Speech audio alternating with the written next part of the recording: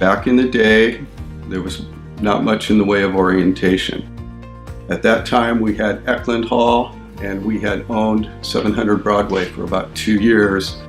The first thing they asked me to do was one of the things I'm best at, and that was demolition. The area on the second floor where the KRI suite was, there was some eye doctors or something in there, had 5 or 6 exam rooms, a nursing station, and some support areas, an x-ray room.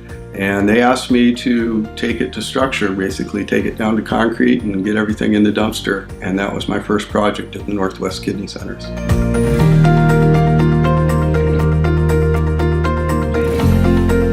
We had no computers at the Northwest Kidney Center, nothing. Swedish did our payroll. Essentially, we had a phone with a voicemail, a hardwired phone, and we'd pick up the message, listen to what they have to say, write it on a sheet. When you got that little job done, you cross it off. We worked that way until probably the mid-90s. We were working off a sheet by the telephone. We didn't have a work order system. Currently, we have 4 engineers, a supervisor, and a director. We break into teams and are responsible for about 3 or 4 buildings apiece, but we all work at all the different buildings. Normally, we have maybe 40 to 50 projects or work orders that are in process. We're about 10 times bigger, at least for dialysis stations, than we were when we started. Plus, we have a large home program and a very large acute program. So the numbers are way, way up.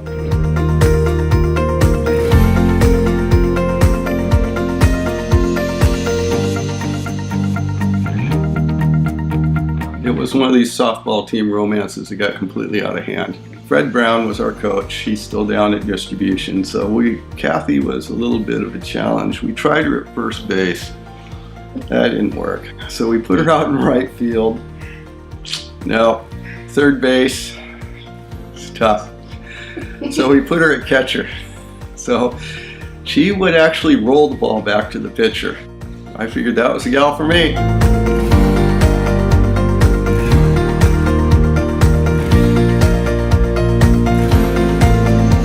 A lot of these people that have been coming here 20, 25 years, they not only know my name, they know my family, they know my daughter, how many dogs I have, all that kind of stuff.